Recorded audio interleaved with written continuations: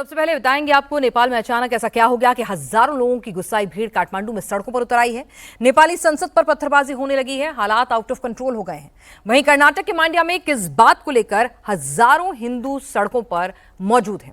हिंदू वर्करों को रोकने के लिए सरकार को एक्स्ट्रा पुलिस फोर्स क्यों मैदान में उतारनी पड़ी, और मुंबई में ऐसा क्या हुआ कि दो गुटों के बीच सड़क पर ही संग्राम शुरू हो गया।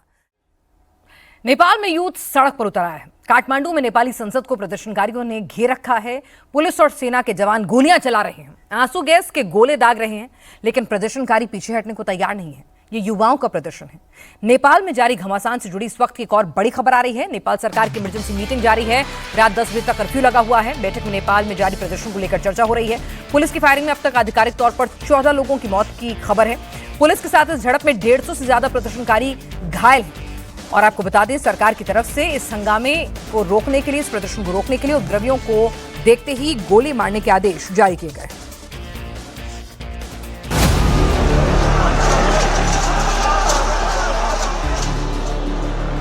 प्रदर्शनकारी पुलिस की बैरिकेडिंग तोड़ रहे हैं।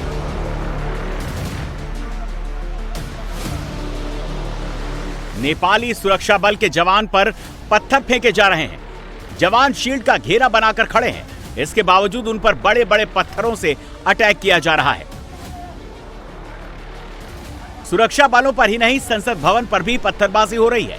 पार्लियामेंट के शीशे चकनाचूर कर दिए गए हैं। प्रदर्शनकारी गेट को तोड़ने की कोशिश कर रहे हैं। प्रदर्शनकारियों ने नेपाल के संसद को चारों तरफ से घेर लिया है। काठमांडू के चप्पे चप्पे पर सुरक्षाकर्मी मौजूद हैं। हालात को काबू करने के लिए सेना को उतार दिया गया, लेकिन हजारों प्रदर्शनकारियों के साथ पुलिस और सेना के जवान सभी बेबस हैं। काठमांडू की सड़कों पर हर तरफ पत्थर ही पत्थर नजर आ रहा है। नेपाली संसद के बाहर सेना की गाड़ियां खड़ी कर दी गई हैं। प्रदर्शनकारियों पर आंसू गैस के गोले दागे जा रहे हैं, लेकिन प्रदर्शनकारी पीछे हटने को तैयार नहीं है।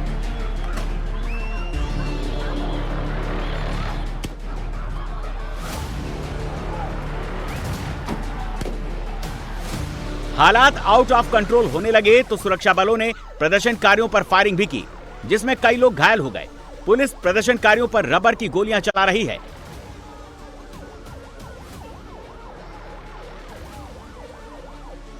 बनेश्वर में सुरक्षा बलों की तरफ से आंसू गैस छोड़े जाने से पहले कुछ युवा पुलिस गार्ड हाउस की बिल्डिंग पर चढ़ गए।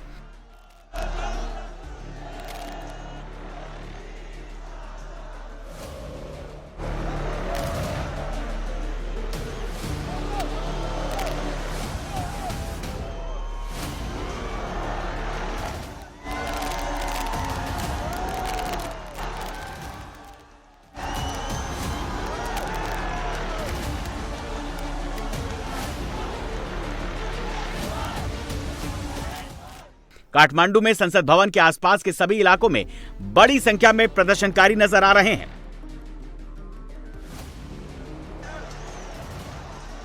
बारह 12,000 से ज्यादा प्रदर्शनकारियों ने संसद भवन के गेट नंबर 1 और 2 पर अपना कब्जा जमा लिया है।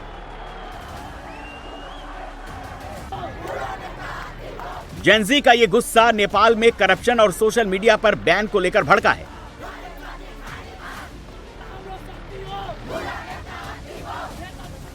काठमांडू की सड़कों पर इस वक्त जबरदस्त बवाल मचा हुआ है। प्रदर्शनकारी संसद भवन परिसर में घुस चुके हैं। भीड़ पुलिस की बैरिकेडिंग तोड़ते हुए संसद भवन में घुस गई। पहली बार संसद की सुरक्षा में इतनी बड़ी सेंधमारी हुई। संसद भवन, राष्ट्रपति, उपराष्ट्रपति, पीएम आवास के पास के कई इलाकों में कर्फ्यू लगा दिया गया। पुलिस ने भीड़ को रोकने के लिए वाटर कैनन और आंसू गैस के गोले दागे। इसके बाद प्रदर्शनकारियों और पुलिस के बीच झड़प हुई। युवाओं का आरोप है कि सरकार ने लोगों की आवाजों को दबाने के लिए सोशल मीडिया पर बैन लगाया।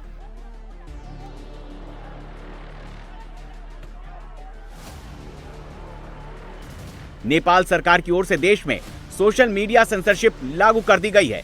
नेपाल सरकार ने 3 सितंबर को फेसबुक, इंस्टाग्राम, यूट्यूब समेत 26 सोशल मीडिया साइट्स पर बैन लगाने का फैसला किया था, जिसके खिलाफ लोग अब सड़क पर उतर आए हैं। जेनजी का आरोप है कि सोशल मीडिया पर बैन लगाकर करप्शन के खिलाफ उनकी आवाज को दबाना चाहती है सरकार। सरकार के इस फैसले से ऑनलाइन एजुकेशन, कारोबार और कम्युनिकेशन में दिक्कतें आ रही हैं। वहीं सरकार का कहना है कि ये प्लेटफॉर्म नेपाल में रजिस्ट्रेशन नहीं करा रहे, जिसके बाद उन्हें ये फैसला करना पड़ा। नेपाल में जेनजी प्रदर्शन का नेतृत्व कॉलेज के छात्र, युवा एक्टिविस्ट और सोशल मीडिया इन्फ्लुएंसर्स कर रहे हैं, जिनका कोई चेहरा नहीं है। काठमांडू समेत बड़े शहरों में छात्र और युवाओं के अलग अलग समूह संगठित होकर विरोध कर रहे हैं।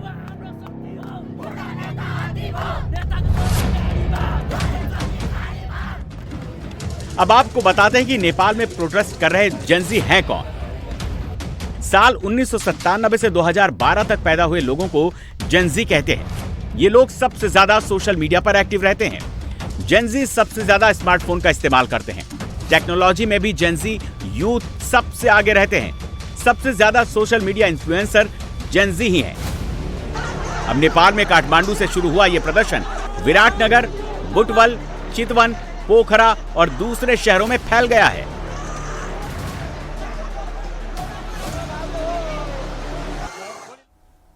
चलिए, नेपाल सरकार की इमरजेंसी मीटिंग जारी है। आपको बता दें, जो प्रदर्शन हो रहा है, जिस तरह से नेपाल के अलग अलग शहरों में, काठमांडू के अलावा भी दूसरे शहरों में भी इस प्रदर्शन की आंच पहुंच चुकी है। और ये प्रदर्शनकारी देश का युवा है, देश का युवा वर्ग है, जिसे जेन जी प्रोटेस्ट का नाम भी दिया जा रहा है।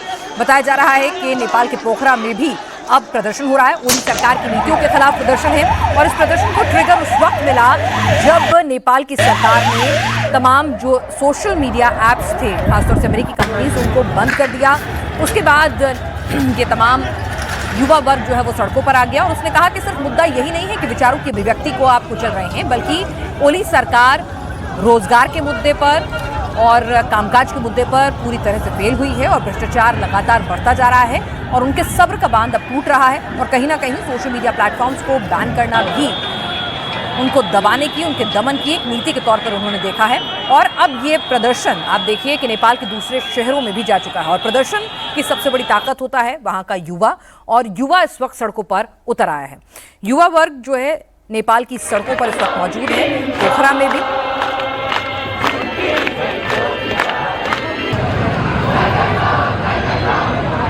तो ये यूथ अगेंस्ट करप्शन के बैनर तले पूरा का पूरा प्रदर्शन हो रहा है, जिसमें सोशल मीडिया प्लेटफॉर्म्स को बैन करने को लेकर भी नाराजगी है। और खासतौर से भी कहा जा रहा है कि भाई तमाम जो एप्लीकेशन बैन हुए हैं वो अमेरिका की कंपनीज के हैं। चीन की कंपनी तो अभी भी बदस्तूर काम कर रही है। तो ओली सरकार या चीन के साथ अपनी नज़दीकियाँ उसकी हैं, भ्रष्टाचार के मुद्दे, कई सारे सवाल जो हैं वहाँ का यूथ इस वक्त उठा रहा है और अपनी ही सरकार को सवालों के कटघरे में खड़ा कर रहा है। अब ये प्रदर्शन काठमांडू से निकलकर, नेपाल की संसद से निकलकर नेपाल के दूसरे छोटे छोटे शहरों तक भी पहुंचना शुरू हो गया है। यानी कि देशव्यापी प्रदर्शन अब ये बनता जा रहा है।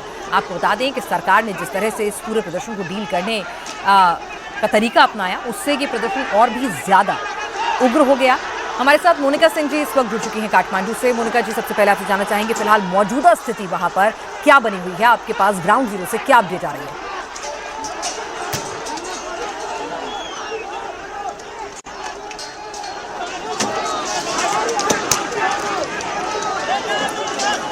चलिए, इस वक्त आपको बता दें कि जिस तरह से सरकार ने उपद्रवियों को देखते ही गोली मारने के आदेश दिए, उसके बाद बताया जा रहा है कि इस पूरे संघर्ष में 14 प्रदर्शनकारियों की मौत की खबर है, आधिकारिक आंकड़ा है, और 150 से ज्यादा घायल हो गए हैं। तो जिस तरह से अगर सरकार, मोनिका हमारे साथ इस वक्त काठमांडू से जुड़ चुकी है मोनिका सिंह। मोनिका जी, आपसे सबसे पहले जानना चाहेंगे ग्राउंड जीरो से आपके पास क्या कुछ अपडेट आ रहा है?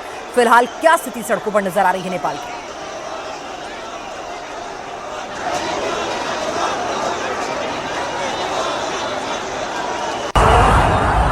चलिए, वहाँ पे आपको बता दें कि जिस तरह से फिलहाल इमरजेंसी मीटिंग चल रही है नेपाल में, इस वक्त सरकार की इमरजेंसी मीटिंग चल रही है। तमाम मंत्री वहाँ उस मीटिंग के अंदर मौजूद हैं। आगे इस प्रदर्शन से कैसा निपटा जाए? आप देखिए कि देश का युवा, देश का आवाम, युवा वर्ग, यूथ, जो देश की सबसे बड़ी ताकत होती है, देश का भविष्य होता है, अगर वही सड़कों पर अपनी सरकार के खिलाफ उठ खड़ा होगा तो फिर निश्चित तौर पर सरकार शूट एट साइट के ऑर्डर देने की बात जरूर कर रही है। और शायद वहीं सरकार से क्या गलती भी हुई है कि सरकार किस तरह से अपने ही देश के आवाम को, अपने ही देश के युवाओं को, अगर वो सवाल उठा रहा है तो उनको इस तरह की दमनकारी अगर नीति अपनाएगी, शूट एट साइट के ऑर्डर की बात करेगी, जिसमें 150 से ज़्यादा लोगों के घायल होने की खबर आ रही है। पुलिस ने जिस तरह से रिटेलिएट किया और उसके बाद 14 लोगों की आधिकारिक मौत की पुष्टि भी की जा रही है प्रदर्शनकारियों की। तो सवाल यही उठ रहा है कि क्या सरकार इन प्रदर्शनकारियों के गुस्से को भांपने में कहीं ना कहीं कमजोर पड़ गई है। मोनिका जी हमारे साथ काठमांडू से जुड़ गई हैं, आपको आवाज आ रही है हमारी?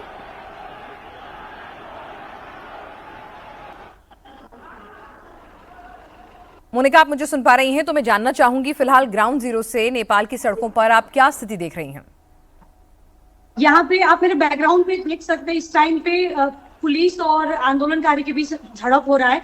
सुबह 11 बजे से ये आंदोलन चला हुआ था और अभी तक भी आंदोलन रुकने की नाम नहीं ले रही है। मैं हॉस्पिटल पे हूँ इस टाइम पे, हॉस्पिटल के एक कमरे से आपको लाइव दिखा रही हूँ और कंटिन्यू बेसिस पे यहाँ पे टीयर गैस वगैरह चल रही है और आप देख सकती है मेरे बैकग्राउंड में भी यहाँ पे आंदोलनकारी लोग तक आज अवस्था जो है वो बहुत नाजुक।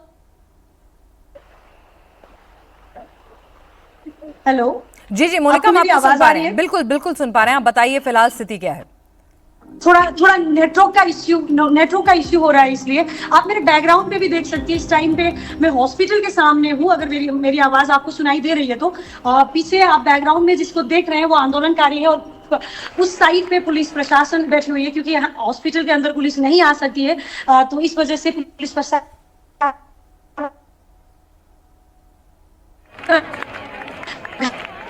बिल्कुल आप अस्पताल के भीतर मौजूद हैं और वहां बाहर किस तरह से प्रदर्शनकारी और आंदोलनकारी जो हैं पुलिस के आमने सामने वहां पर डटे हुए हैं। देखिए कि किस तरह से वहां पर वाटर कैनन भी किया जा रहा है। हमारे साथ मोनिका लगातार जुड़े। मोनिका, मैं समझती हूँ वहां पे जैमर्स भी होंगे, कहीं ना कहीं जानबूझकर लगाए गए होंगे कि इन्फॉर्मेशन ज्यादा ना फैले इस तरह से। आमतौर पर ये SOPs होते हैं जब इस तरह का प्रदर्शन होता है। फिलहाल आप अगर हमें सुन पा रही हैं तो हमें जरा बताइए कि मौजूदा स्थिति क्या है? क्या इस आंदोलन की आंच दूसरे शहरों में भी पहुंच गई है? के बहुत सारे लोगों पे मेजर जैसे पोखरा पे भी आंदोलन हुआ था, चितवन पे भी आंदोलन हुआ था और भी सिटीज पे आंदोलन हुआ था। अभी इस टाइम पे फिलहाल मैं काठमांडू के बानेश्वर पे हूँ, जिसको हार्ट ऑफ काठमांडू भी बोला जाता है और यहाँ पे संसद भवन भी है और मैं उस जगह पे हूँ अभी। और काठमांडू के अलावा बहुत सारी जगह पे भी मेजर सिटीज में भी आंदोलन हुई है। जी, और एक इमरजेंसी मीटिंग भी हो रही है सरकार की? जी डेफिनेटली, क्योंकि बहुत लोगों की डेथ हो चुकी है और बहुत लोग इंजर्ड हुए हैं, तो हम लोगों को भी ऐसे ही सुनाई दिया कि इमरजेंसी मीटिंग बैठ रही है।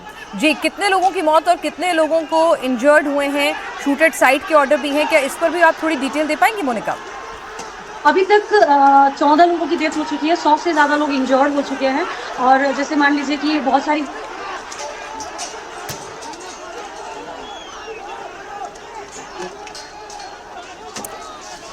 तो वहां पर देखिए किस तरह से नेटवर्क की भी जामिज हैं और काफी दिक्कतें आ रही हैं संपर्क साधने में। लेकिन आप देखिए कि किस तरह से वहां पर फिलहाल जो नेपाल की सड़कें, ऐसा लग नहीं रहा है कि वहां पर पुलिस जो है प्रदर्शनकारियों पर कहीं से भी काबू पाने में कामयाब हो रही है।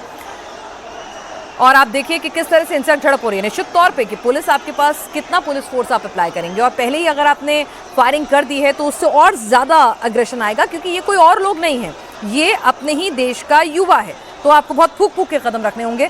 मोनिका, फिलहाल ऐसा लग नहीं रहा है, घंटों बीत गए हैं इस प्रदर्शन को होते हुए, शूटेड साइट के भी ऑर्डर दिए गए, लेकिन आंदोलनकारियों के हौसले पस्त नहीं हो रहे हैं, उल्टा और ज्यादा मजबूत हो रहे हैं।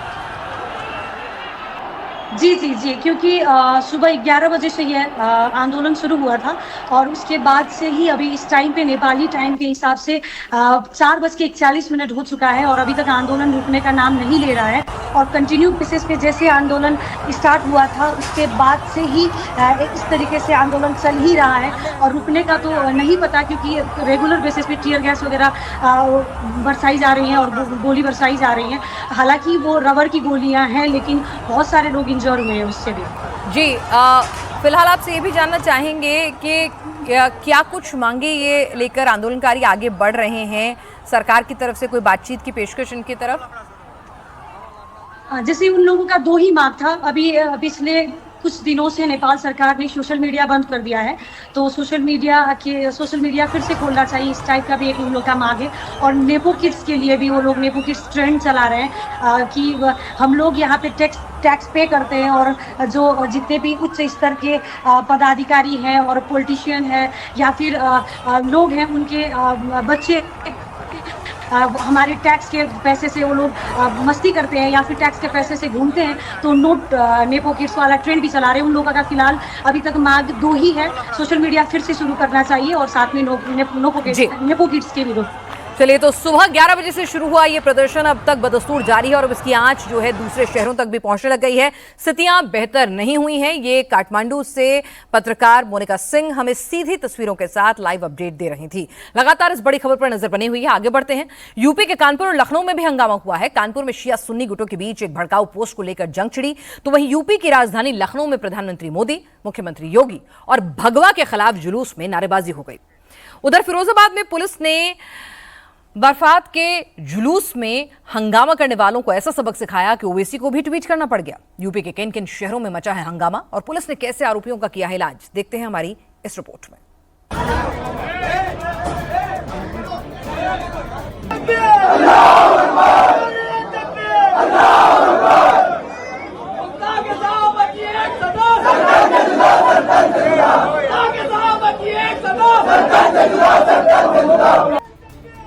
सैकड़ों लोगों की भीड़ गली में जमा है। धार्मिक नारेबाजी के साथ भड़काऊ नारेबाजी भी की जा रही है। कानपुर में भाईजान का गुस्सा भाईजान के ऊपर भड़का है।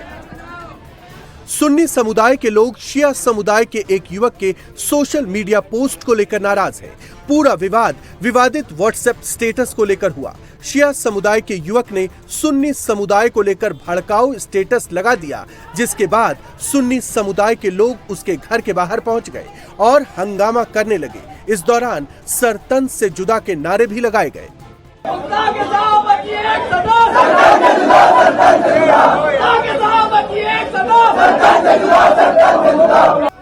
भीड़ ने आरोपी के घर का दरवाजा तोड़ दिया। घर पर जमकर पथराव किया गया। हंगामे की खबर पाकर मौके पर बड़ी संख्या में पुलिस पहुंची। पुलिस के बड़े अधिकारी भी पहुंचे। लोगों को समझा बुझाकर हालात को काबू में किया गया। पुलिस ने तुरंत विवादित पोस्ट लगाने वाले आरोपी को हिरासत में ले लिया। साथ ही तनाव को देखते हुए मौके पर पीएसी और पुलिस बल को तैनात कर दिया गया। पुलिस ने मौके पर लोगों को समझाने के लिए मुस्लिम धर्म गुरुओं को भी बुलाया। आप लोग से गुजारिश है कि आप लोग अपने अपने घरों में चले जाएं। यहाँ पे जो लोग हैं भीड़ बिल्कुल न जमा करें। इसलिए प्रशासन से बात हो गई है, जिन्होंने ये हरकतें की है इंशाअल्लाह वो अंदर जाएंगे और उनको पकड़ लिया गया है। उसके खिलाफ मुकदमा लिख के कार्रवाई करी जा रही है। आप लोग परेशान बिल्कुल ना हो, आप लोग अपने अपने घरों में चले जाएं। भड़काऊ स्टेटस लगाने वाले युवक ने सुन्नी समुदाय के लोगों के सामने माफी मांगी और आगे ऐसी गलती ना करने का वादा भी किया। तब जाकर मामला शांत हुआ। उसका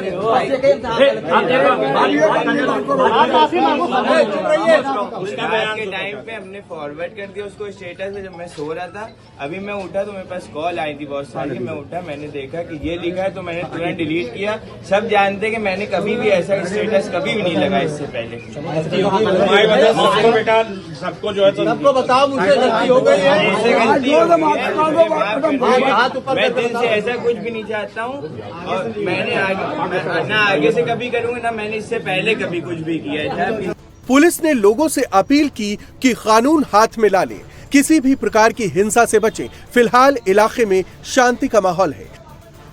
कानपुर में सोशल मीडिया पोस्ट विवाद की वजह बना तो लखनऊ में 12 वफात के जुलूस के दौरान उपद्रवियों ने जमकर बवाल काटा। शुक्रवार को निकले जुलूस में प्रधानमंत्री मोदी और सीएम योगी के साथ साथ भगवा झंडे के खिलाफ नारेबाजी की गई। मुस्लिम युवकों की नारेबाजी के बाद एक्शन में आई लखनऊ पुलिस अब वीडियो की जांच कर रही है। वीडियो में दिख रहे एक एक आरोपी की पहचान की जा रही है। बताया जा रहा है कि इसी जुलूस में तिरंगे का भी अपमान किया गया। साथ ही मुस्लिम मौलानाओं के खिलाफ भी नारेबाजी की गई थी।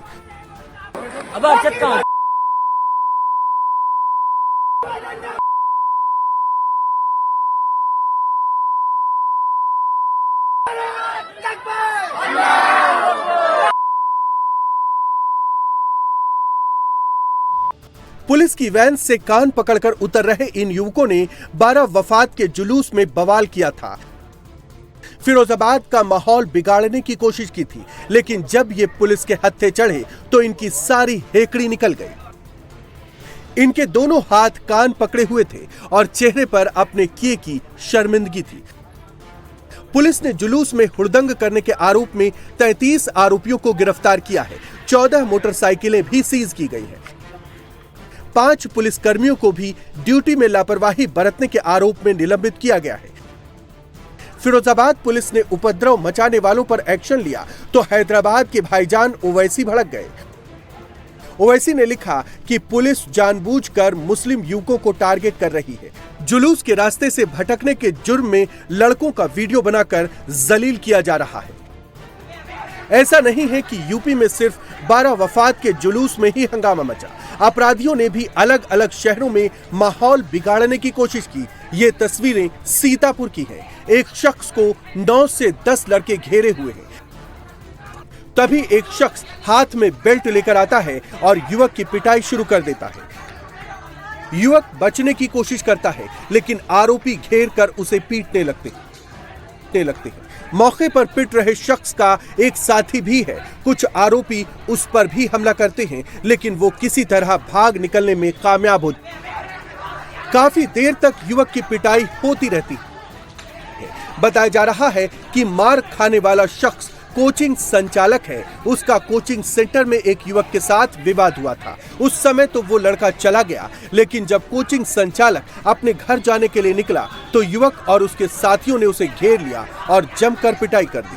फिलहाल पीड़ित की शिकायत पर पुलिस ने आरोपियों के खिलाफ केस दर्ज कर लिया है।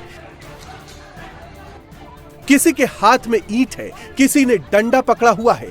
जंग में महिलाएं भी शामिल हैं। प्रयागराज में ये महाभारत जमीन के विवाद को लेकर छिड़ा है। बताया जा रहा है कि दबंगों ने ग्राम समाज की जमीन पर पक्की दीवार बना दी थी, जिससे आने जाने का रास्ता बंद हो गया। जब पीड़ित परिवार ने इसकी शिकायत की तो दबंगों ने उल्टे मारपीट शुरू कर दी। दोनों तरफ से जमकर लाठी डंडे चले। मारपीट में आधा दर्जन लोग घायल हुए हैं, जिसमें 2 के हाथ में फ्रैक्चर है। दोनों पक्षों की तरफ से पुलिस में शिकायत दर्ज करवाई गई है। पुलिस वीडियो के आधार पर आरोपियों के खिलाफ एक्शन ले रही है। सड़क पर गाड़ी जल रही है। लोगों की भारी भीड़ जमा है। हालात को कंट्रोल करने के लिए पुलिसकर्मी भी मौजूद है।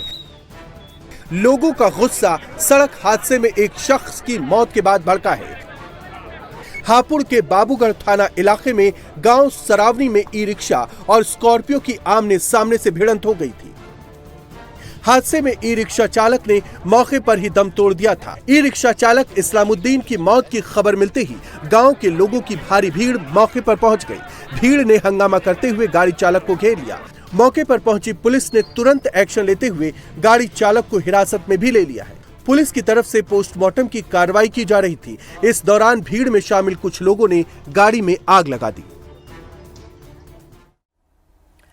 मुंबई के कांदिवली में जमीन का विवाद इतना बढ़ा कि 2 गुट अचानक से आमने सामने आ गए। सड़क पर बैट डंडे से लेकर हॉकी तक चलने लगी तो सेकेंड राउंड में पत्थरबाजी तक की नौबत आ गई। मारपीट में घायल एक बुजुर्ग की जान चली गई। अब ये पूरा विवाद सियासी रंग ले चुका है। मारपीट की वारदात को यूपी बिहार से कैसे जोड़ा गया, आइए आपको इस रिपोर्ट में ये भी बताते हैं। बीच सड़क पर संग्राम छिड़ा है। भाई ये लाल तिवारी रोड पे किसी ने बैट को हथियार बनाया तो कोई डंडा लेकर जंग में कूद पड़ा। लोग हैं। इस शख्स को कुछ नहीं मिला तो ये पटरा लेकर मैदान में आ गया। लेडीज देखा यार। 2 दर्जन से अधिक लोग हैं। लाठियां ऐसे चल रही हैं मानो लंबे समय तक इनकी प्रैक्टिस की गई हो। इस भीड़ में एक बुजुर्ग महिला भी है जो बीच बचाव की कोशिश करती है, लेकिन कोई भी उसकी बात सुनने को तैयार नहीं है। लाठी डंडे से शुरू हुई लड़ाई थोड़ी देर में नेक्स्ट स्टेज पर पहुंच गई। दोनों तरफ से जमकर पत्थरबाजी शुरू हो गई। भाई ये लाल तिवारी रोड पे जंग चालू है। ये बामू और ये देखो पूरी भगदड़ है। इधर कोई सोशल डिस्टेंस नहीं है, कोई किसी का सुनवाई नहीं है। ईटा पथराव बामू, ये देखो पत्थर से बामू से, बेड से, ना लेडीज देखा जा रहा है ना बच्चे देखा जा रहा है।